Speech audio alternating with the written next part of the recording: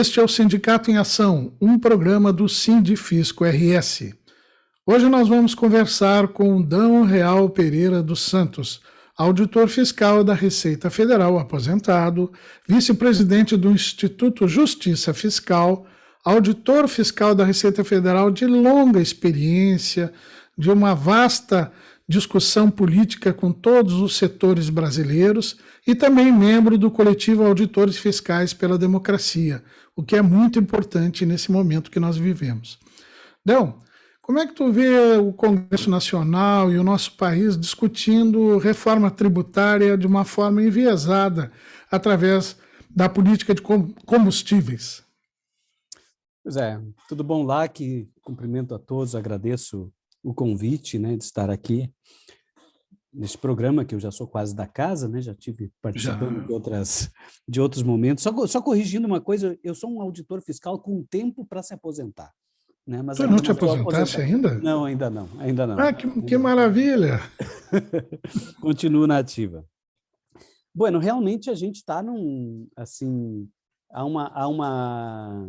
muitas vezes um desvio, né, de foco quando se fala em reforma tributária.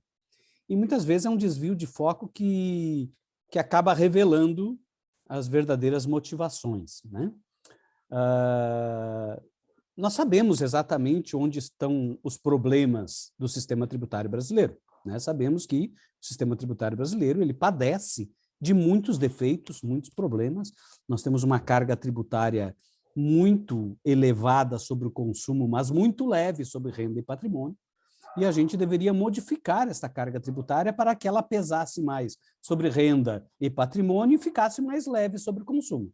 Porque dessa forma, que é a nossa carga tributária, ela acaba onerando muito mais os mais pobres do que onera os mais ricos.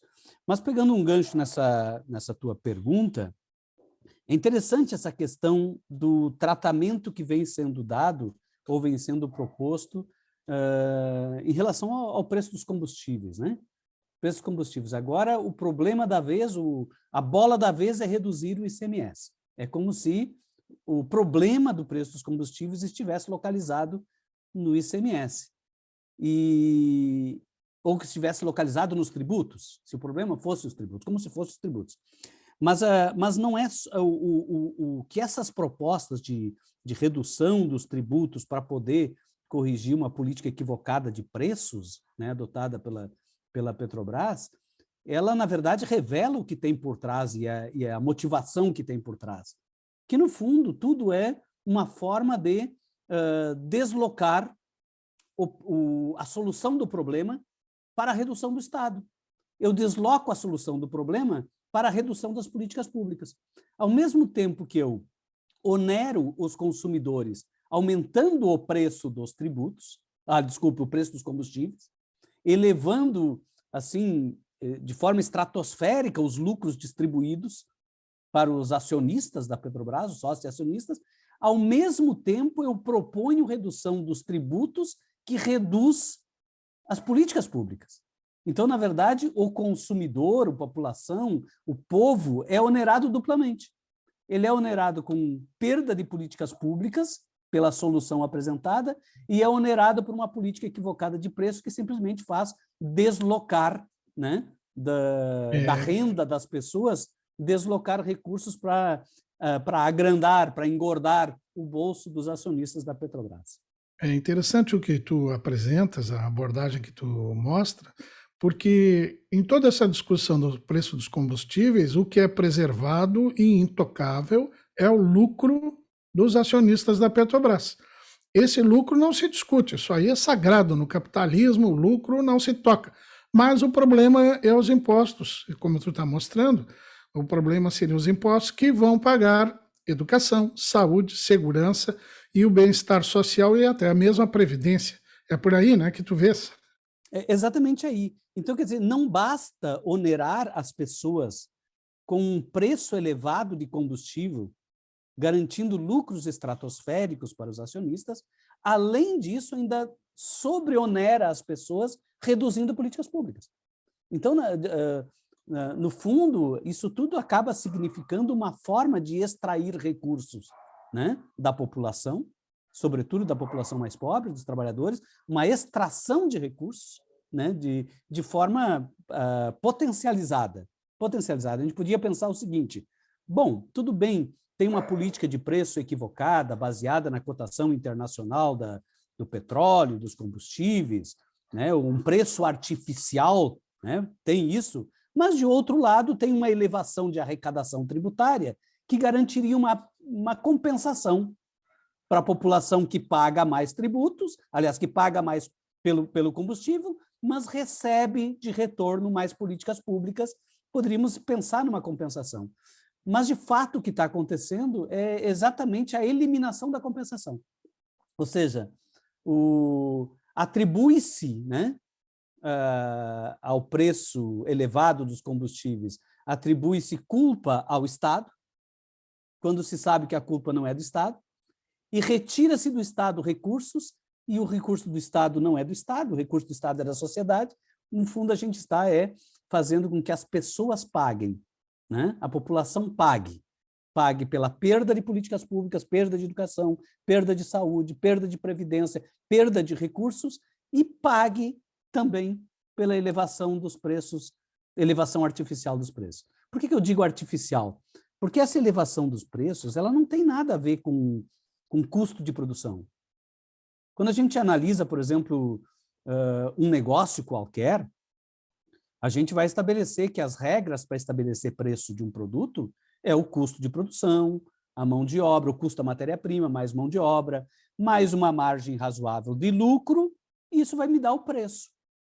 Só que no caso dos combustíveis, o que menos importa é o custo.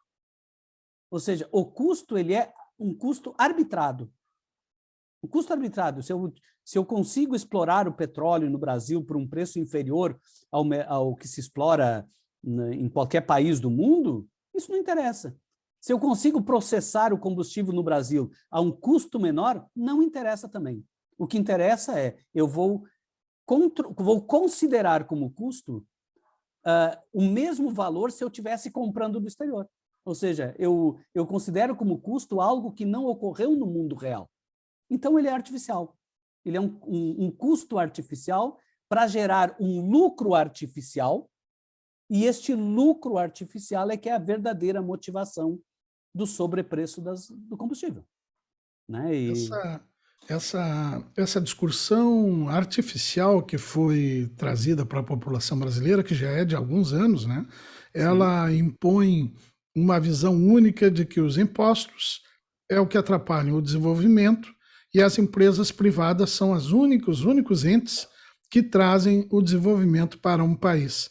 Tu achas que essa visão é equivocada, ela é errada? É uma visão ultrapassada.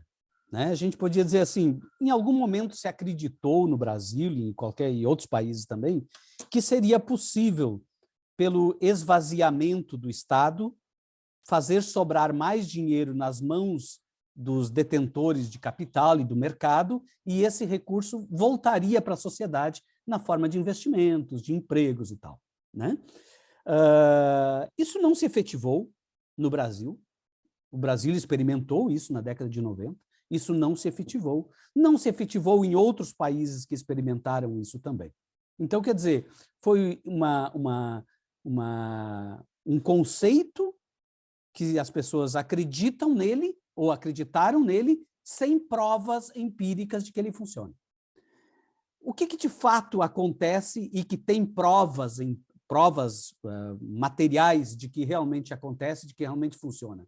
O que realmente funciona, e os países já estão se dando conta, sobretudo agora, no período pandêmico, né, estão se dando conta disso, ou estão voltando a acreditar nisso, é que o que promove desenvolvimento efetivamente dos países é o gasto público. Ou seja, é o Estado potencializando as condições para que o próprio mercado funcione. E como é que o Estado potencializa isto, ou vem potencializando isto, ou já potencializou isto no passado? É ampliando as políticas públicas de redução de desigualdades, ou seja, ampliando políticas públicas de saúde, ampliando políticas públicas de educação, garantindo salários dignos a servidores públicos, ou seja, é o Estado colocando recursos públicos para o setor privado, porque todo o gasto público é receita privada. 100% do gasto público é receita privada. Quando o Estado deixa de jogar dinheiro na sociedade, de qualquer forma, transferência de renda, previdência, Bolsa Família, salário de servidor público, contratações, inclusive terceirizações, tudo isso, quando o Estado gasta dinheiro, esse dinheiro circula na atividade econômica e potencializa a atividade econômica. Foi assim que o mundo, de alguma forma, conseguiu se salvar no pós-guerra, foi assim que o Brasil, de alguma forma, conseguiu crescer da década de 30 até a década de 80, foi assim que o Brasil teve um lapso de crescimento econômico ali nos inícios dos anos 2000, né? E é assim que os países estão conseguindo sair da crise imposta pela pandemia. Então, quer dizer, acreditar naquela ideia falaciosa, poderia dizer hoje, de que é preciso reduzir o Estado para a economia bombar, né? Acreditar naquilo é meio que acreditar numa ilusão, porque, de fato, isso não se comprovou, nem na história do Brasil, nem na história de nenhum país que implementou essas medidas. E, de fato, não tem experiência na história dos países que demonstrem que sem Estado é possível desenvolver. Os países que se desenvolveram no mundo, que hoje ocupam a posição que a gente chama de primeiro mundo, né, ou o mundo desenvolvido, praticamente, para poderem se desenvolver, eles contaram, né, com uma estrutura muito bem montada de Estado, de políticas públicas, de garantias sociais, de direitos, né, de transferência de renda. Basicamente é isso. Ou seja, por isso que eu digo, esta ideia de que é preciso reduzir o Estado, né, que reduzindo o Estado sobra mais dinheiro para o mercado, sobra mais dinheiro para o capital, diminuindo as políticas públicas, sobra mais dinheiro para o setor privado, e com isto vai potencializar e vai girar a economia e fazer funcionar, né? De fato, esta é a melhor forma para o subdesenvolvimento, né? Ou seja, a gente está, na verdade, optando por modelos. Ou a gente quer desenvolver o país, ou a gente quer manter o país subdesenvolvido. Me parece que a disputa está entre esses dois segmentos. Vamos desenvolver o país? Então, nós temos algumas experiências internacionais a copiar. Não vamos desenvolver o país? Temos outras experiências internacionais a copiar. Sim, parece que nós estamos copiando essas experiências de não desenvolvimento, né, com muita certeza e apoio da grande mídia, né, não desenvolver o país e concentrar renda, né. Nesse sentido, tributar os super ricos, não ricos, super ricos, é uma saída para o país? Eu digo que sim, eu ouso afirmar que talvez seja a única saída que a gente tenha no médio prazo, no curto e médio prazo. Por que isso é importante, né? Veja, tu fizeste uma ressalva, né? Os super ricos, cuidado, o super rico não é, né? Não somos nós, não é, né, a pessoa que tem, sei lá, uma casa na praia, uma casa na cidade, um carro na garagem, trabalha para viver. Não, esse não é super rico. Super rico é aquele que pode garantir, né, vida mansa para 5 gerações, né? Ou seja, sem precisar trabalhar um dia sequer para poder sobreviver.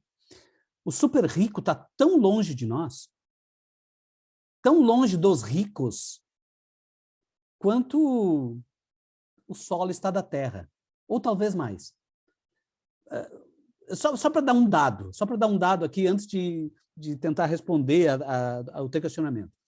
Vamos imaginar o seguinte: quantas pessoas no Brasil teriam condições de guardar todo mês R$1.000? Muito poucas pessoas teriam condições de guardar R$1.000 por mês. A pessoa que guarda R$1.000 por mês, ela teria durante um ano R$12.000. Claro, sem contar as correções, mas teria R$12.000.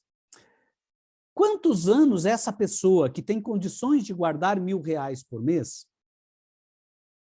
ela precisaria guardar R$1.000 por mês para ter a fortuna do homem mais rico do Brasil?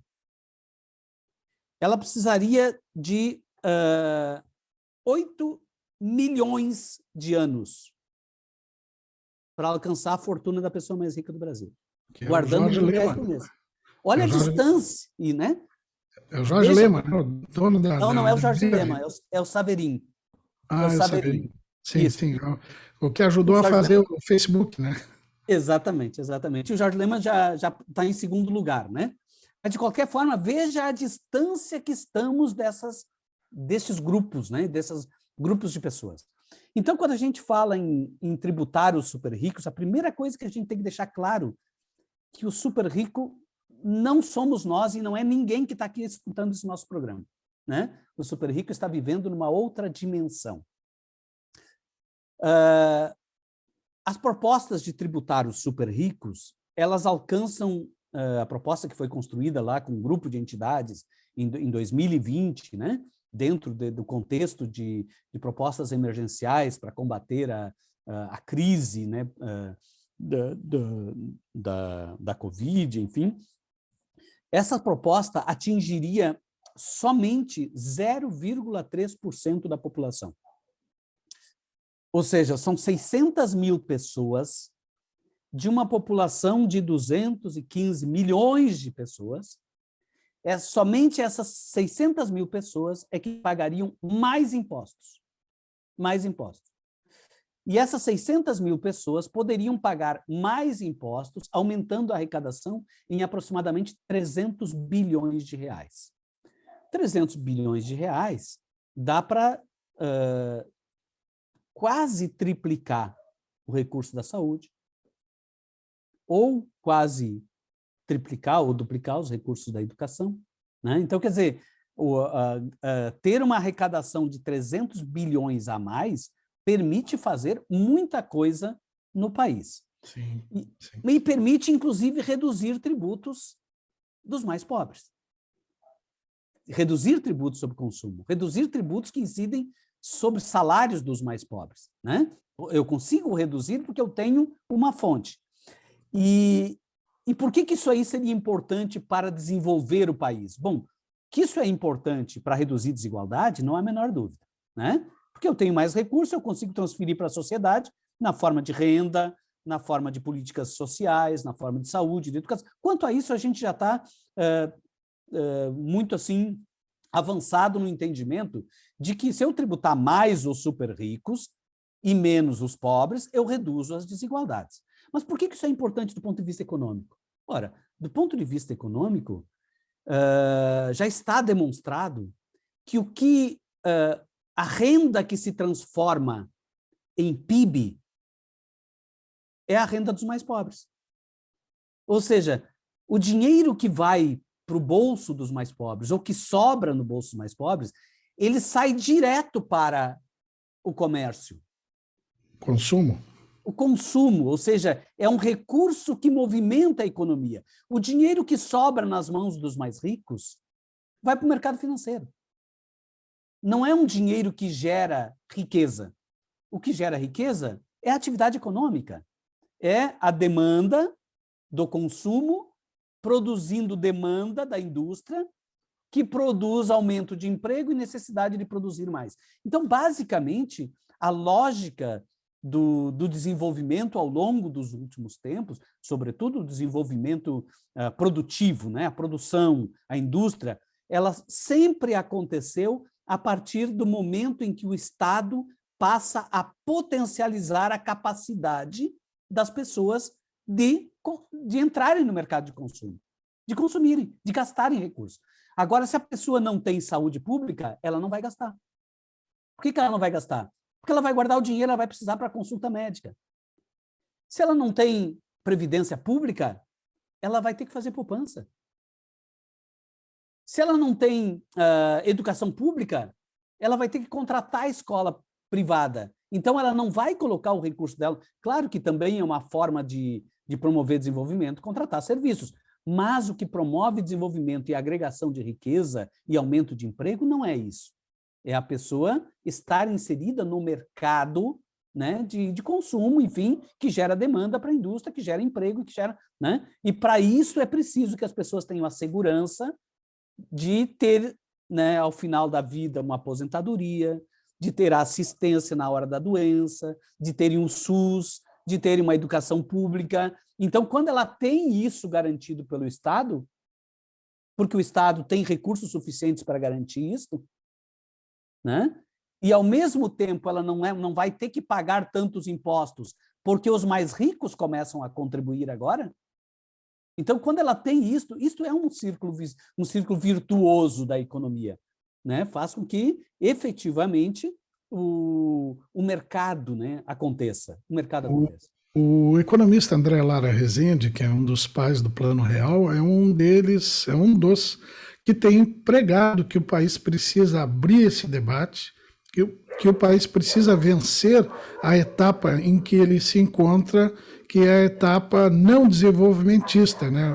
E a etapa de acumulação de riqueza. Essa discussão, tu acha que tem alguma possibilidade de progredir no Brasil atual? Esse aí me parece que é o centro do debate, né? Esse é o centro do debate. A gente, na verdade, está sempre chegando nas encruzilhadas, né? Em alguns momentos da nossa história, a gente vai chegando numa encruzilhada, escolhe um caminho, escolhe outro, né? E nós estamos chegando num outro momento de encruzilhada para escolher um caminho ou outro. Os caminhos hoje eles estão muito claros e muito bem definidos. E essa talvez seja a vantagem do momento histórico que estamos vivendo. Os caminhos estão bem definidos. O Celso Furtado já dizia isso lá na década de 50, década de 40, de 50, né? Existem setores da sociedade que se beneficiam do não desenvolvimento. Ou seja, o subdesenvolvimento também é funcional para a acumulação, desde que esteja associado a um Estado mínimo e à desigualdade social. Interessante essa visão, muito interessante. Prossegue nela que ela é importante. Exatamente. Então, quer dizer, as coisas estão amarradas. Para que um país subdesenvolvido consiga manter a acumulação, é preciso, e aí a manutenção da acumulação significa eu tenho que ter uma atividade econômica que garanta esse recurso, né? Mas essa atividade econômica, e é por isso que nesse ambiente ou nesse contexto, a atividade econômica é a primária, né? Seria o agronegócio, o setor extrativo, que garante esse afluxo de recursos e que garante que, para uma pequena porção da sociedade, essa pequena porção tenha acesso aos bens de consumo do primeiro mundo. Ou seja, tem padrão de vida de primeiro mundo. Mas isso não pode ser estendido para os demais. Por que não? Porque o volume de produtividade do setor é muito baixo. Eu não tenho geração de riqueza suficiente para estender esse padrão de consumo para todos. E eu, ao mesmo tempo, tenho uma economia que não depende de mercado interno. Portanto, a desigualdade não me incomoda porque eu não dependo de mercado interno. Eu não preciso que o trabalhador tenha renda para comprar soja. Ele não vai comprar soja. Eu não preciso ter renda para comprar minério de ferro. Ele não vai comprar minério de ferro. Eu vou vender para o exterior. Tá certo? Por isso é a dependência do mercado exportador de produtos primários, mantendo uma pequena elite, né? É difícil, a elite não é uma palavra mais adequada, né? Mas um pequeno grupo de poder, né? Com uma acumulação suficiente para garantir a esse grupo, um padrão de consumo de primeiro mundo. Bom, qual é que seria a alternativa a este modelo? Este modelo aí, ele tem que conviver com desigualdade profunda, e tem que conviver com o Estado mínimo.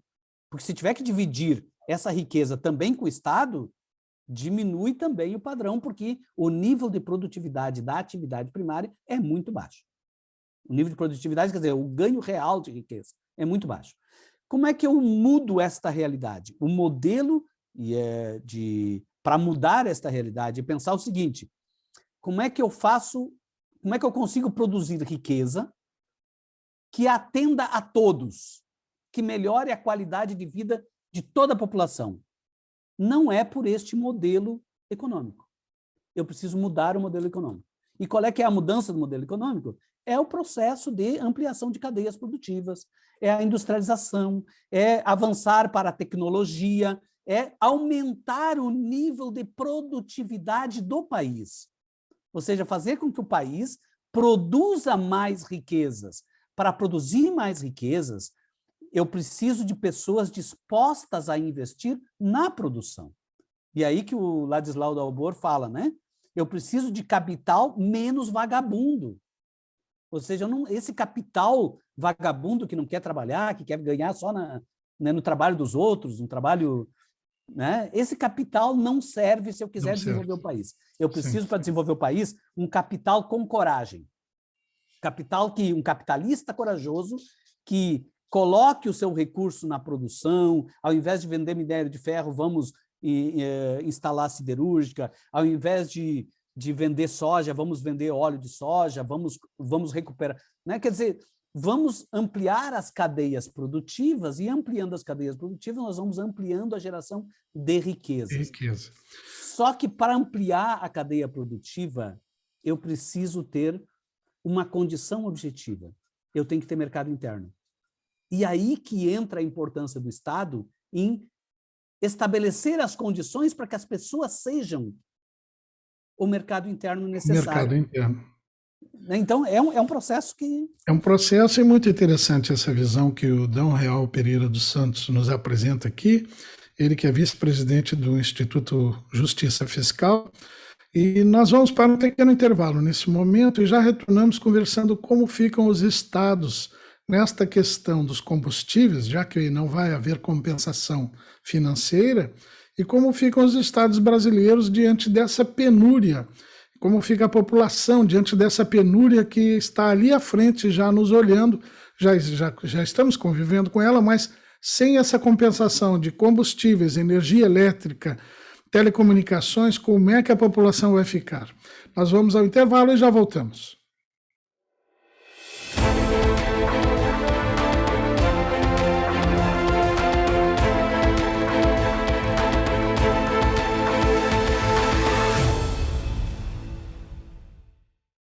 Que a gente sempre possa ser parceiros para dançar, pular, plantar e colher, lutar, porque nada vem fácil. Sofrer, nem que seja um pouquinho. Que a gente possa ser parceiros para cair e levantar, passear, viajar, se emocionar com as conquistas, se apaixonar de novo, vibrar, ajudar o outro,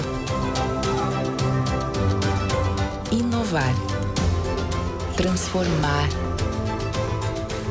e evoluir. Mas, principalmente, que a gente possa estar sempre ao seu lado. Banrisul, nossa parceria faz a diferença.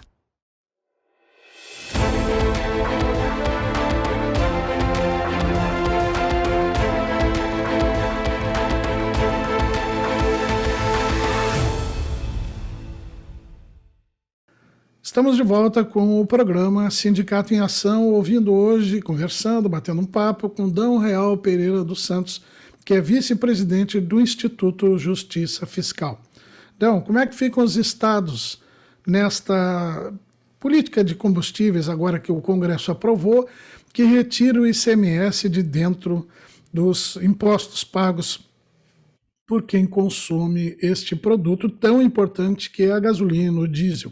Hoje pela manhã, o presidente da Federação Nacional dos Municípios, o gaúcho Zilkowski, dizia que é a falência do Estado brasileiro e dos municípios brasileiros. Tu tem essa mesma visão? Não, sem dúvida, nós estamos produzindo aí uma perda muito grande de recursos, né? E é interessante que o pessoal normalmente costuma falar dos estados como os perdedores, mas os municípios também são grandes perdedores nessas medidas, né? É interessante que a gente precisa ponderar que, de novo, né, a gente começou falando lá no início, né, dessa questão da política equivocada de preços, né, fazendo de uma política equivocada de estabelecimento de preços de combustíveis, chegamos ao esvaziamento das políticas públicas, né? Como se constrói, né, esse encadeamento para chegar ao final ao Estado mínimo, né? Chegar ao final ao Estado mínimo, né? A partir de uma coisa que é absolutamente necessária, que são os combustíveis, a energia, o gás de cozinha, né? Então, e vai se chegando sempre ao mesmo fim lá de reduzir o Estado. Fizeram isso lá em 2016 com congelamento de gastos no âmbito federal, né? Foram construindo um encadeamento lógico ou falacioso, mas chegaram lá e disseram, olha, não tem saída se não congelar os gastos. Que então, é o teto de gastos, é isso que tu tinha referido? Exatamente, exatamente. Então, quando fazem isso agora, veja que estamos fazendo isso num período de inflação alta. Inflação alta. Então, reduzir a capacidade do Estado em período de inflação alta, em período de aumento de desemprego, que é quando o Estado deveria ter mais recursos para garantir saúde, garantir, né, em períodos de crise econômica, quando nós temos elevação de desemprego, quando temos baixa atividade econômica, quando temos problemas para poder recuperar a atividade econômica, a pior coisa que se pode fazer é reduzir gastos públicos. A pior coisa que se pode fazer é retirar recursos do Estado.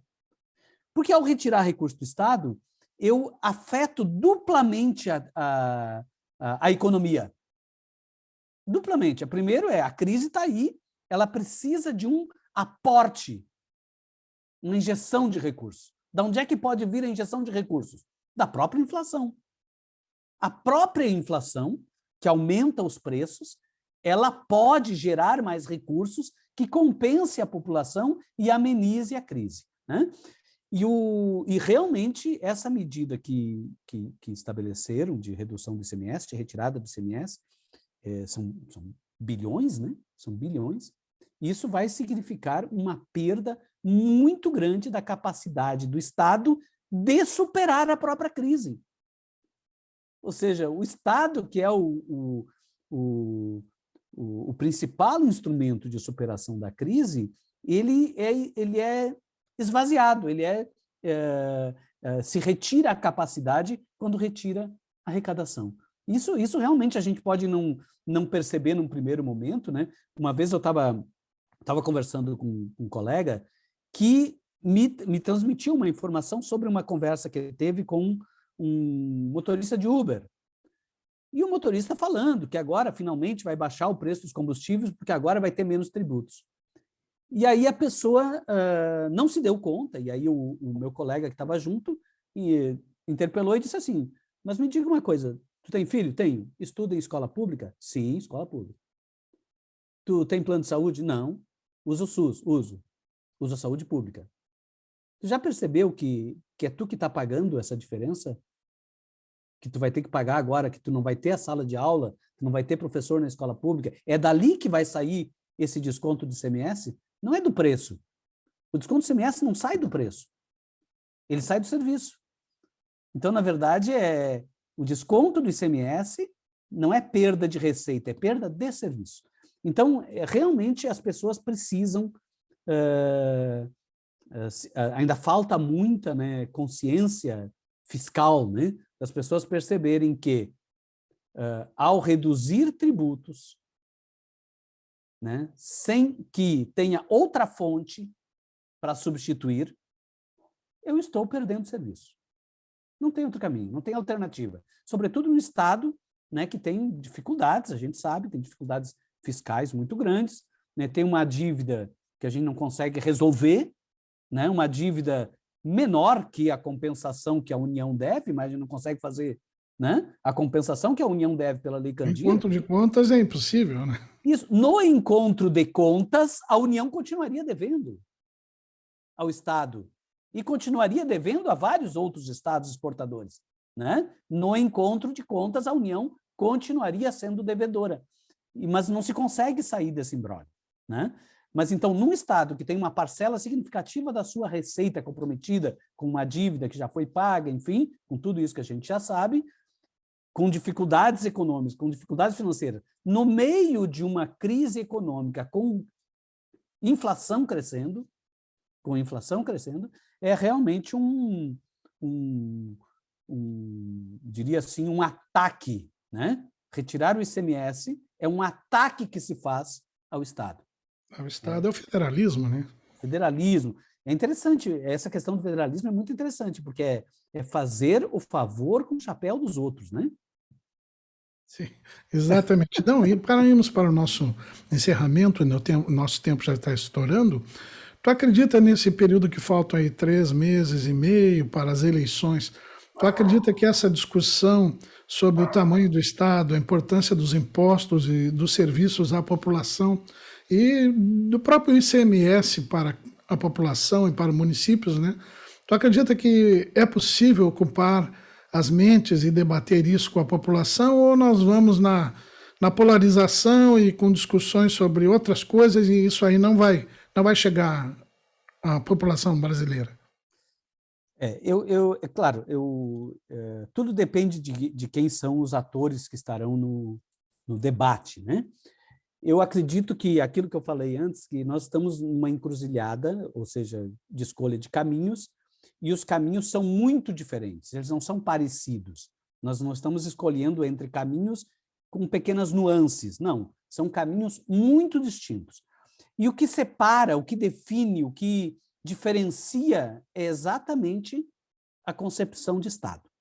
Ou seja, o que um caminho, como um caminho trata esta ideia de Estado, a ideia do Estado de bem-estar, da Constituição de 88, né, da preservação dos direitos, e o que o outro caminho pensa dessas mesmas coisas. Isso parece estar muito evidenciado, né? Muito evidenciado.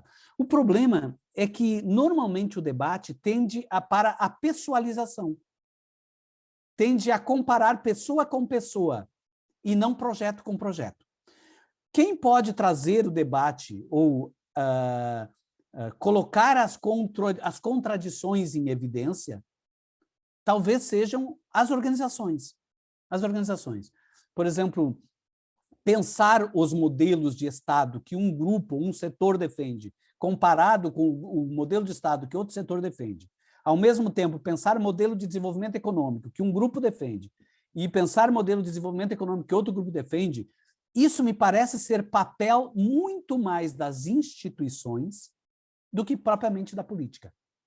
Ou seja, instituições como sindicatos, instituições como o Instituto de Justiça Fiscal, organizações da sociedade civil, né, movimentos organizados da sociedade civil, que conseguem, de alguma forma, traduzir as diferenças, para que essas diferenças saiam do campo do pessoa versus pessoa e passem para projeto versus projeto, né? Porque, de fato, as pessoas têm suas características, né? Nós temos 2 grandes candidatos aí à eleição, né? Um com menos votos, enfim, e eu estou torcendo para o outro que está mais favorável nas eleições, mas, de qualquer forma, essas 2 pessoas têm suas características pessoais marcantes, não dá para negar, são marcantes, mas o que define mesmo a escolha tem que ser os projetos, né? E aí, nos projetos, as diferenças são muito maiores e muito mais gritantes do que as diferenças entre as pessoas. E se a gente consegue dar transparência às diferenças que existem entre os projetos, entre os modelos, entre como esses grupos pensam do ponto de vista de desenvolvimento, de economia, de educação, de saúde, de papel do Estado, de papel do mercado, se a gente consegue dar transparência e colocar luz sobre isso, fica mais fácil das pessoas perceberem que o que está em jogo, efetivamente, não é o Bolsonaro versus Lula. Não, o que está em jogo é o Estado. Qual é o Estado que nós vamos querer manter ou construir? Então, é isso que está em jogo.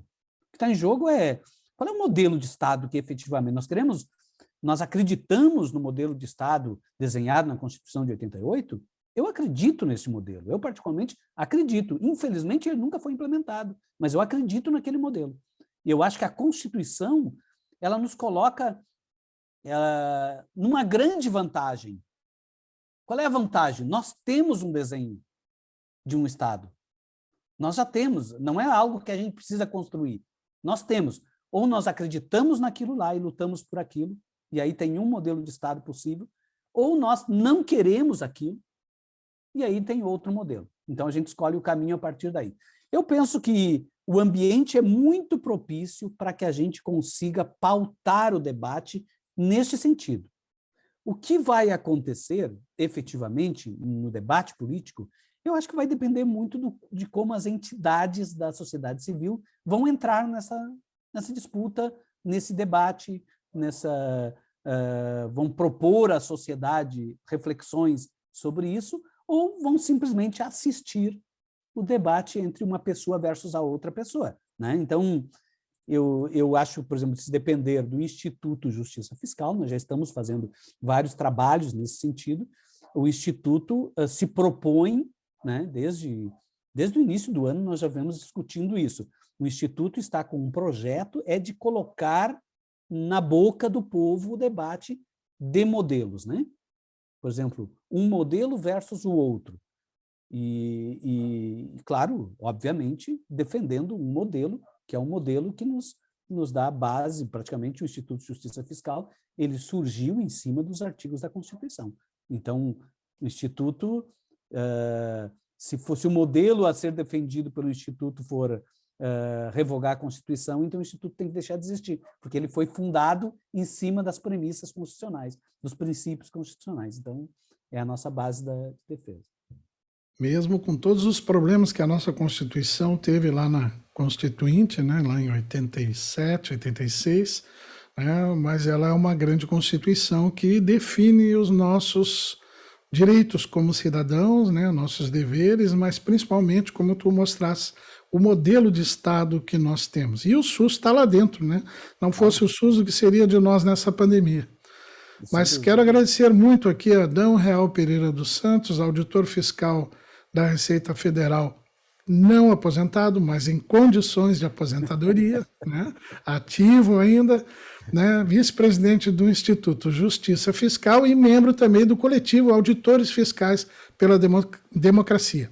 Muito obrigado, Adão. Esse foi o nosso Sindicato em Ação desta semana. A semana que vem nós voltamos com mais um tema de política e economia, os rumos do Estado e do país. Muito obrigado e até lá.